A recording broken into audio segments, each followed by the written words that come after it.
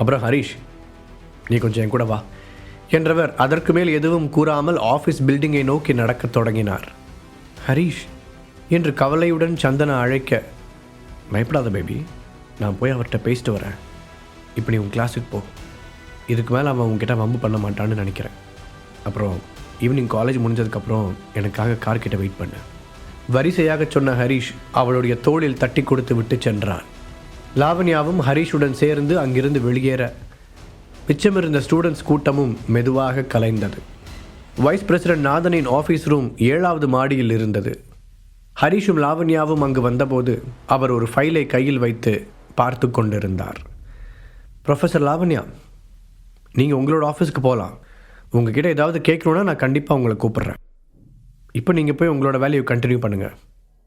மரியாதையுடன் சொன்ன நாதன் கதவை நோக்கி கை காட்டினார்.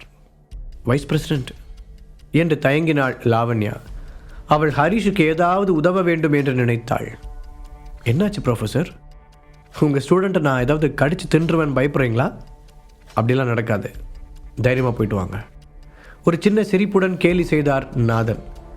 அதற்கு மேல் அங்கு நிற்பது மரியாதையாக இருக்காது என்று நினைத்த லாவண்யா, ஓகே சார் என்று கூறிவிட்டு வாசலை நோக்கி நடந்தாள். கதவை திறப்பதற்கு முன் மீண்டும் தயங்கி நின்று ஹரீஷை ஆழமாக ஒரு பார்வை பார்த்தவள் அதற்கு மேல் தான் செய்வதற்கு எதுவும் இல்லை என்பதை உணர்ந்து ஒரு பெரும் மூச்சுடன் அங்கிருந்து வெளியேறினாள். ஹரீஷும் நாதனும் ஒருவரை ஒருவர் பார்த்தபடி இருக்க அவனை உட்காரச் சொல்லி எதிரில் இருந்த சேரை காட்டினார் நாதன்.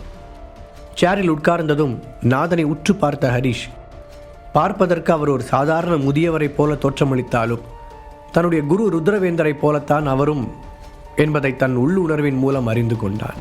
ஹரீஷ் த கிரேட் ராஜேஸ்வரன் ஃபேமிலியோட ஒரு முக்கியமான வாரிசு. ஆனால் கொஞ்சம் வருஷத்துக்கு முன்னாடி பண சம்பந்தமாக ஏதோ பிரச்சனை வந்து வீட்டை விட்டு வெளியே அனுப்பிட்டாங்க. அதுக்கப்புறம் ஏஜே ஃபேமிலியோட மருமகனா எத்தனையோ அவமானங்களை தாங்கிக்கிட்டு 2 வருஷத்துக்கு மேலேயே வாழ்ந்திருக்க. நாதன் தன்னுடைய புருவங்களை உயர்த்தி கேட்க, இதெல்லாம் சொல்லி என்னை அவமானப்படுத்துறதுக்காக தான் இங்கே வர சொன்னீங்களா? ஹரீஷ் ஒரு தீவிரமான பார்வையுடன் கேட்டான். நாங்கள் எங்கள் காலேஜில் அட்மிஷன் கொடுக்கறதுக்கு முன்னாடி எல்லாரோட ஃபேமிலி பேக்ரவுண்டையும் விசாரிச்சுட்டு தான் அட்மிஷன் கொடுத்தோங்கிறத மறந்துடாத என்று அந்த ரோலிங் சேரில் சுற்றியபடி கூறிய நாதன் சட்டென்று அந்த சேரை நிறுத்தி எழுந்தார். அதுவரை தான் பார்த்து கொண்டிருந்த ஃபைலை ஹரீஷின் பக்கம் நகர்த்தியவர், ஆனால் சமீபத்தில் நான் கொஞ்சம் பர்சனலாக என்கொயரி பண்ணி உன்னை பற்றி சில சுவாரஸ்யமான விஷயங்களை கண்டுபிடிச்சிருக்கேன் என்றவர் அந்த ஃபைலை எடுத்து பார்க்க சொல்லி செய்கை செய்தார். அந்த ஃபோல்டரை திறந்த ஹரீஷ் அதில் இருந்ததை பார்த்து திகைத்தான். அதற்குள் அந்த ஃபைலில் என்ன இருக்கிறது என்பதை பற்றி நாதனே விளக்க ஆரம்பித்தார். கடந்த சில மாதங்களாக உன்னோட நடவடிக்கைகள் ரொம்பவே மர்மமானதாக மாறியிருக்கு. திடீர்னு ஒரே நிமிஷத்தில் கோடிக்கணக்கில் பணத்தை செலவழிக்கிற சக்தி உனக்கு வந்திருக்கு. சென்னையில் இருக்கிற தீபக், ஐரா, ராபர்ட், பிரசன்னான்னு முக்கியமான ஆளுங்களோட ரொம்ப க்ளோஸ் கான்டாக்டில் இருக்க. நீ சொல்கிறத தலைகளான என்னாவது செஞ்சு முடிக்க அவங்க ரெடியாக இருக்காங்க. அந்த அளவுக்கு உன்னை மதிக்கிறாங்க. அப்புறம் திடீர்னு ஒரு நாள் ரோட்டில் வேணும்னே சண்டை போட்டுட்டு ஜெயிலுக்கு போனேன். அந்த மிரியட்ஸ் அமைப்பை சேர்ந்த ஒரு முக்கியமான ஆளோட நெருக்கமாக இருக்க. இன்னொரு பக்கம் டெவில் கேங்லேயும் உனக்கு முக்கியமான இடம் கிடச்சிருக்கு. பட் 2 இடத்துலையும் உன்னால் எப்படி நல்ல பேர் வாங்க முடிஞ்சதுங்கிற விஷயந்தான் எனக்கு புரியல. சொல்லிக்கொண்டே வந்த நாதன் இடையில் நிறுத்தி ஹரீஷின் ரியாக்ஷனை கவனித்தார். அவனுடைய முகத்தில் எந்த மாற்றமும் தெரியாமல் அப்படியே கல் போல இருக்க, கிரேட், நீ உன்னோட உணர்ச்சிகளை மறைக்கிறதுலையும் திறமசாலி தான் என்றவர் ஹரீஷ் உட்கார்ந்திருந்த சேருக்கு பின்னால் வந்து நின்று அவனுடைய தோளில் கை வைத்தார். அப்புறம் இது எல்லாத்தையும் விட ரொம்ப முக்கியமாக, நிவாரண நிதிக்காக 10 லட்சத்துக்கு மேலே கொடுத்து காலேஜோட ஸ்பெஷல் ரிவார்டு வாங்கியிருக்க. அந்த ஸ்பெஷல் பர்மிஷன் மூலமாக மற்றவங்களுக்கு அனுமதி இல்லாத காலேஜ் லைப்ரரியோட டாப் ஃப்ளோர்ஸுக்கு உன்னால் எப்போ வேணாலும் போக முடியும். இதில் உனக்கு தெரியாத விஷயம் என்னென்னா, நான் வழக்கமாக அந்த லைப்ரரியோட 13வது மாடியில் தான் இருப்பேன் என்று அழுத்தம் கொடுத்து கூறினார். அவ்வளவு நேரம் சலனமே இல்லாமல் இருந்த ஹரீஷின் முகத்தில் முதல் முறையாக ஒரு ஆச்சரியம் தோன்றியது. அப்படியென்றால் அவன் அன்றைக்கு அங்கு சென்றபோது அவர் கவனித்திருப்பாரோ என்ற சந்தேகமும் ஏற்பட்டது. அவனுடைய முகத்தில் தெரிந்த உணர்ச்சிகளை பார்த்து திருப்தியாக புன்னகைத்த நாதன் அவன் சந்தேகப்படுவது உண்மைதான் என்பது போல மீண்டும் பேசத் தொடங்கினார். அந்த லைப்ரரிக்கு வந்தப்போ நீ இதயம் சம்மந்தப்பட்ட ஒரே ஒரு புக்கை மட்டும்தான் செலக்ட் பண்ண.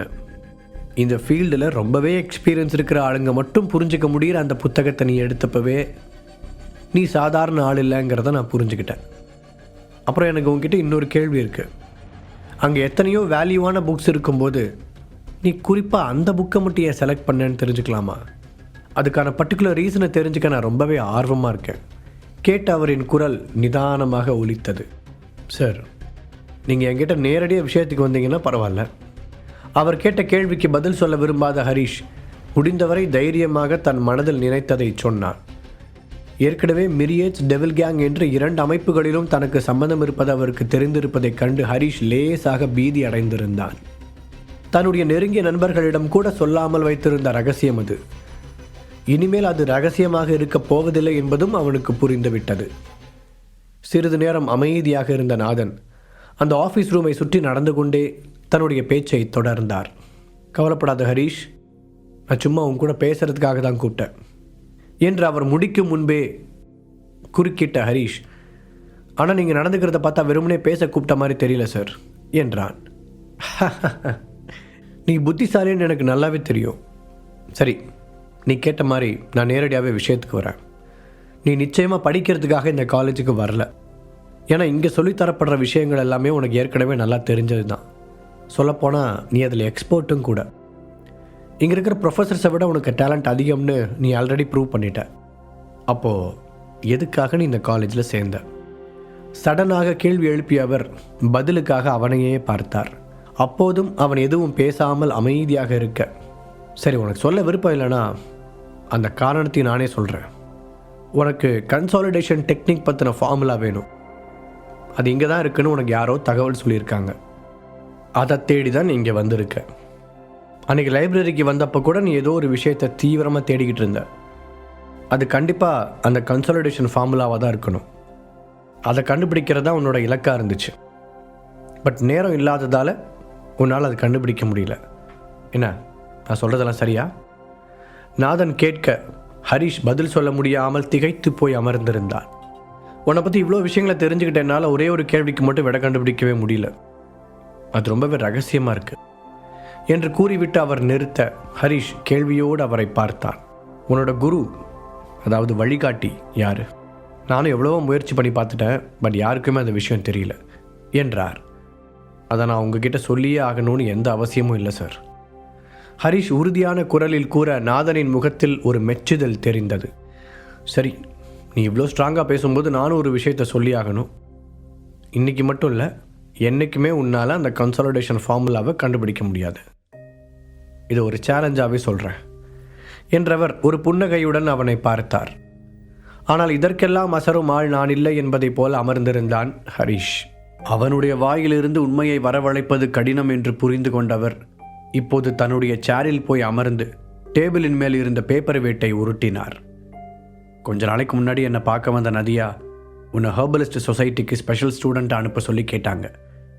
திடீரென அவர் இதை கூற நிமிர்ந்து பார்த்த ஹரிஷ், அப்படின்னா நீங்கள் நான் அங்கே போக விடுவீங்களா சார் என்று கேட்டான். இப்போது அவனுடைய குரலில் கொஞ்சம் கூட பதட்டம் தெரியவில்லை. கண்டிப்பாக மாட்டேன். லாஸ்ட் 50 இயர்ஸில் இந்த மாதிரி நிறைய டேலண்டான பர்சன்ஸை அவங்க உருவாக்கியிருக்காங்க. ஆனால் ஆல்ரெடி நீ அதையெல்லாம் கடந்து ரொம்ப தூரம் வந்துட்ட. இந்த காலேஜோட வைஸ் பிரசிடென்ட்டான நான் உன்னை அவ்வளோ ஈஸியாக போக விட்டுற மாட்டேன். உன்னை பற்றின ஒவ்வொரு சீக்ரெட்டை தெரிஞ்சுக்கிறதும் உண்மையிலேயே ரொம்ப இன்ட்ரெஸ்டிங்காக இருக்குது. நாதன் நேர்மையாக பதில் கூறினார்.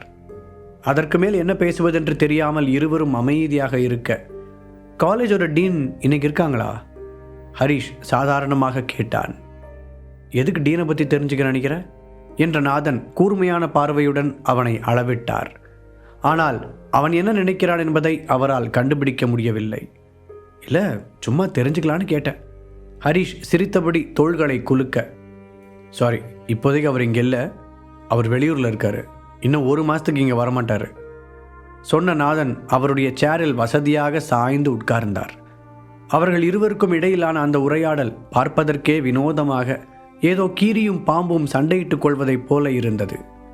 சரி, இதுக்கு மேலே என்கிட்ட கேட்கறதுக்கு எதுவும் இல்லைன்னா நான் கிளம்புறேன் சார் என்ற ஹரிஷ் அங்கிருந்து எழ நாதனும் அவனை தடுக்காமல் அமைதியாக இருந்தார். ஹரிஷ் வெளியே சென்றதும் அவருடைய முகத்தில் ஒரு மர்மமான புன்னகை தோன்றியது. அவருடைய ரகசியங்கள் அத்தனையும் தெரிந்தது போல நாதன் பேசியது முதலில் ஹரிஷுக்கு ஒரு கலக்கத்தை ஏற்படுத்தி இருந்தாலும் பின்பு அவன் சமாளித்து கொண்டான். கடைசியாக அவன் என்ன முயற்சி செய்தாலும் கன்சாலிடேஷன் ஃபார்முலாவை எடுக்க முடியாது என்று அவர் பேசியதை நினைத்து பார்த்த ஹரிஷ், இந்த சேலஞ்ச் எனக்கு பிடிச்சிருக்கு என்று தனக்குத்தானே சொல்லிக்கொண்டான். கிளாஸ் ரூமுக்கு திரும்பிய ஹரிஷ் மற்ற மாணவர்கள் தன்னை வித்தியாசமாக பார்ப்பதை கண்டுகொள்ளாமல் எப்போதும் போல இருந்தான். அன்றைக்கு காலேஜ் முடிந்ததற்கான அறிவிப்பு வர அவன் சொன்னது போலவே சந்தனா காருக்கு பக்கத்தில் காத்திருந்தாள். அவனை பார்த்ததும் வேகமாக ஓடி வந்த அவள், அந்த வைஸ் பிரசிடென்ட் உன் மேலே ரொம்ப கோவமாக நடந்துக்கிட்டாரா ஹரி என்று கவலையுடன் கேட்க, அவளுடைய கன்னத்தை தட்டிய ஹரிஷ், அதெல்லாம் ஒன்றும் இல்லை, சும்மா பேசுறதுக்கு தான் கூப்பிட்டுருந்தாரு. தயாளனை பற்றி அவருக்கு முன்னாடியே தெரியுங்கிறதுனால அந்த சண்டையை பற்றி பெருசாக எதுவும் சொல்லலை. ஹரிஷ் சிரிப்புடன் சொல்ல அதை கேட்ட சந்தனாவிற்கு நிம்மதியாக இருந்தது. சரி, இப்போ என்ன பண்ணலாம்? வீட்டுக்கு போகிறதுக்கு முன்னாடி மார்க்கெட்டுக்கு போய் நமக்கு தேவையான வெஜிடபிள்ஸ் எல்லாத்தையும் வாங்கிட்டு போயிடலாமா? ஹரிஷ் கேட்டதும் சந்தனா சந்தோஷமாக தலையாட்டினாள். அதுக்கு கார் செட் ஆகாது, பஸ்ஸில் போகலாமா? பஸ்ஸில் ட்ராவல் பண்ணியும் ரொம்ப நாள் ஆகுது. மீண்டும் ஹரிஷ் சொல்ல, எனக்கு எதுனாலும் ஓகே தான் ஹரி, உன் கூட டைம் ஸ்பெண்ட் பண்ணணும், அவ்வளோதான். சந்தனா ஆர்வமாக சொல்ல ஹரிஷ் அவளை பார்த்து கியூட்டாக சிரித்தாள். இந்த கொஞ்ச நாட்களாக ரொம்பவே பிஸியாக இருந்ததால் அவனால் சந்தனாவுடன் சரியாக பேசக்கூட முடியவில்லை. அடுத்து தன்னுடைய ட்ரைனிங்கில் தீவிர கவனம் செலுத்தப் போவதால் அதற்கு முன் கிடைத்திருக்கிற இந்த நேரத்தை சந்தனாவுடன் செலவிட விரும்பினான். காரை காலேஜின் பார்க்கிங்கிலேயே விட்டுவிட்டு வெளியே வந்த இருவரும் சிட்டிக்குள் செல்லும் ஒரு பஸ்ஸில் ஏறி அமர்ந்தார்கள். வா ஹரி, இது கூட நல்லதா இருக்கு என்று வசதியாக அவனுடைய தோளில் சாய்ந்து அமர்ந்தவள் கதை பேசிக்கொண்டே வர ஹரிஷும் உற்சாகமாக அவள் பேசுவதை கவனித்தான். மார்க்கெட்டில் ஹரிஷ் ஒவ்வொரு பொருளையும் பேரம் பேசி வாங்குவதை ஆச்சரியத்துடன் பார்த்த சந்தனா, ஹரி, நீ இவ்வளோ நல்லா பேரம் பேசுவேன்னு எனக்கு தெரியவே தெரியாது என்று சொல்ல அவளை ஒரு சிரிப்புடன் பார்த்த ஹரிஷ், உங்கள் வீட்டில் இருந்த அந்த 2 வருஷமும் வெஜிடபிள் வாங்குறது என்னோட வேலையாக தான் இருந்துச்சு, அதனால் இது எனக்கு நல்லாவே தெரியும் என்றான். அதை கேட்டதும் சந்தனாவின் முகம் மாறியதுடன் அவளுடைய கண்களும் லேசாக கலங்கியது. சாரி ஹரி, அப்போல்லாம் நான் உன்னை சரியாக ட்ரீட் பண்ணலை, உன் மேலே எந்த அளவுக்கு கேர் எடுத்துக்கிட்டேன்னு வெளியே காட்டாமல் இருந்ததும் ஒரு வகையில் தப்பு தான். அதனால தான் என்னோடய அம்மாவும் அந்த அட்வான்டேஜாக எடுத்துக்கிட்டு உன்னை ரொம்ப டார்ச்சர் பண்ணிட்டாங்க. சந்தனா வருத்தத்துடன் பேச அவளுடைய கைகளை இறுக்கமாக பற்றியவன், நாம் இதை பற்றி பேச வேண்டான்னு ஏற்கனவே முடிவு பண்ணி வச்சுருக்கோம் பேபி. அப்புறம் மார்க்கெட்டு போய் வெஜிடபிள் வாங்கிட்டு வரதெல்லாம் ஒரு விஷயமே இல்லை, அதை யார் வேணாலும் செய்யலாம். இதோ இப்போ நம்ம வீட்டுக்காக நாம் செய்யலையா, அதையும் என் விட தான் நினச்சிக்கிட்டு நான் செஞ்சேன். ஸோ அது எனக்கு ஒரு பெரிய கஷ்டமாகவே இல்லை. ஹரிஷ் அவளுக்கு ஆறுதல் அளிக்கும் விதமாக பேச சந்தனாவின் முகம் கொஞ்சமாக தெளிந்தது.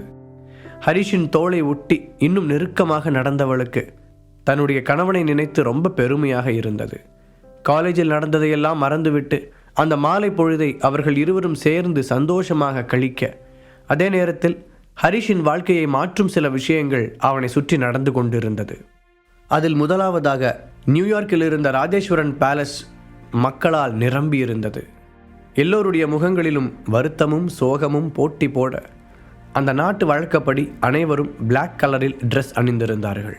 ஆம், சண்முக ராஜேஸ்வரன் அந்த குடும்பத்தின் மூத்த தலைவர் தன்னுடைய 76வது வயதில் திடீரென்று இறந்து விட்டார். முழு கதையையும் கேட்டு மகிழ பாக்கெட் FM ஆப்பை டவுன்லோட் செய்யுங்கள். லிங்க் டிஸ்கிரிப்ஷனில் கொடுக்கப்பட்டுள்ளது.